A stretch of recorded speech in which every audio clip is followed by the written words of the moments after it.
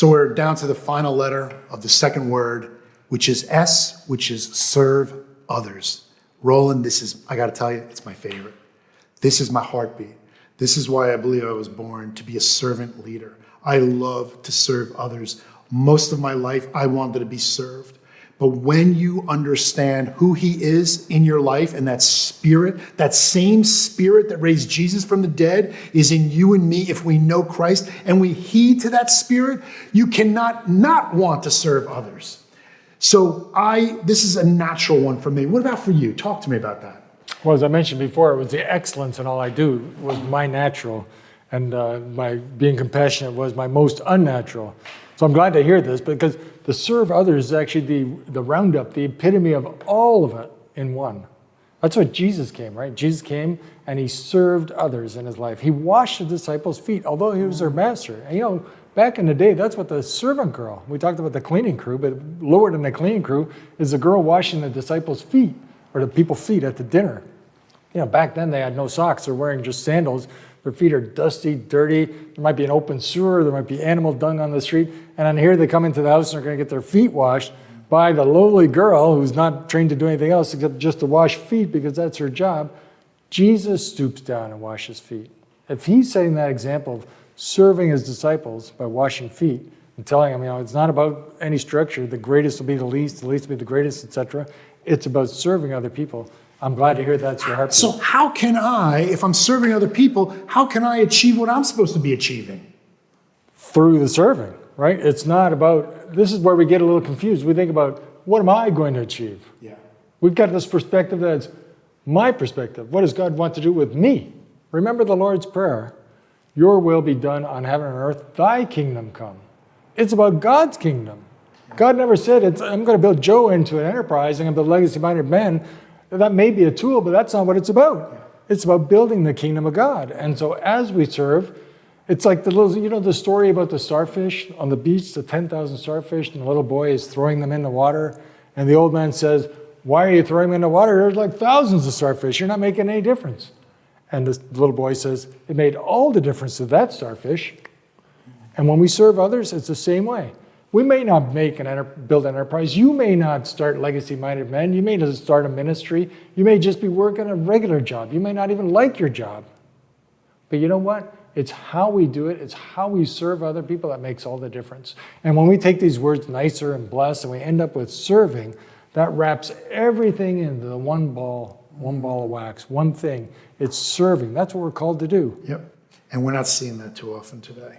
No, we live in a me now society, and people just really don't seem to care about other people and serving other people. Well, that's just a challenge for them because, again, I believe it gets in the way of what they believe or what they want to accomplish. But quite frankly, a lot of the people that I've served, they've helped me so much.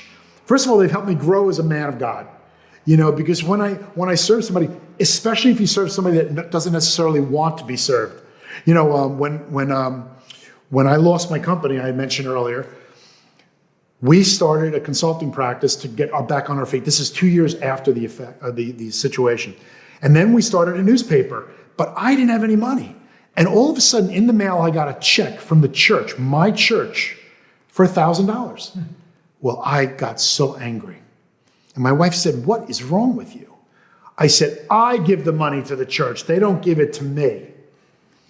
Arrogance, pride, all surfacing. And I was going to rip up the check, Roland. And my wife said to me, do you realize everything we prayed for? This is God showing we're on the right path. We're doing the right thing. And my goodness, I had to shake it off. Again, another learning lesson.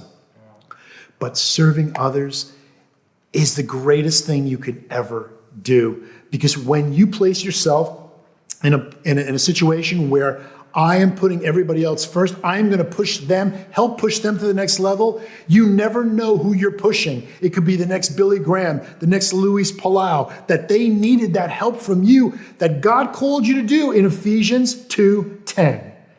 But sometimes we miss the boat. Yeah, and if we keep in mind that we're created in God's image for his pleasure to glorify him. It's about thy kingdom come, your will be done on earth as it is in heaven. It's not about us. And when we get that perspective that it's about God's kingdom, we can then say, okay, all this stuff about society structures, what other people think, are not important. It's important to I'm doing what God's called me to do. And that oftentimes starts with serving other people, even if they don't want to be served.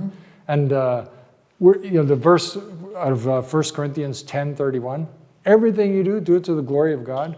When you serve other people, you're glorifying God, right? And so when we're at work, quite often our companies are serving things, we're serving people in the company. And when we're, especially at work, we think, well, this is what's that going to do for my career? Do I need to do this? That's not helpful to me. I'm not going to help that person because they didn't help me.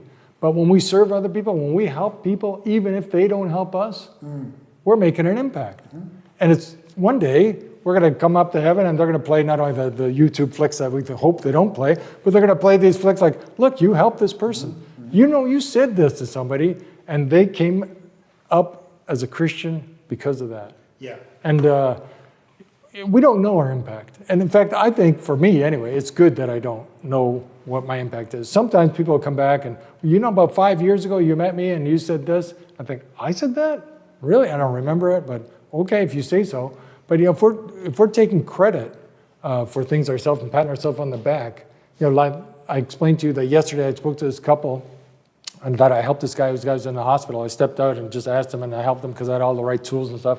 In the end, we were praying with him on the phone. He's crying and he's so thankful.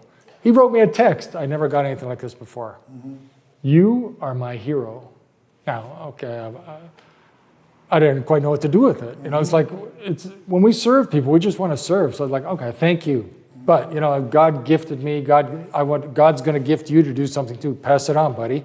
And so it's the serving thing is probably the thing that more than anything wraps it all up. Jesus served, we need to serve. And let's be clear about this. Serving others is also a testament to your motives. So look at how you're serving others. Are you serving them to be served by them, to gain a greater gain for you? Be very careful because your heart is going to be judged on this. And you want to be, here's a great thing. If you want to serve somebody, make sure they can't do anything for you, that they can't give anything back to you other than thank you. That's a really good test. But we end this word, bless. We started with be nicer, and now bless others, and we are on our final letter. I hope that the composite of these two words, which is be nicer and bless others, really has resonated with you. We're going to break now, but we're going to come back with some final comments, but talk about this last one, serve others, because it does not come natural to most people. Go ahead, break out.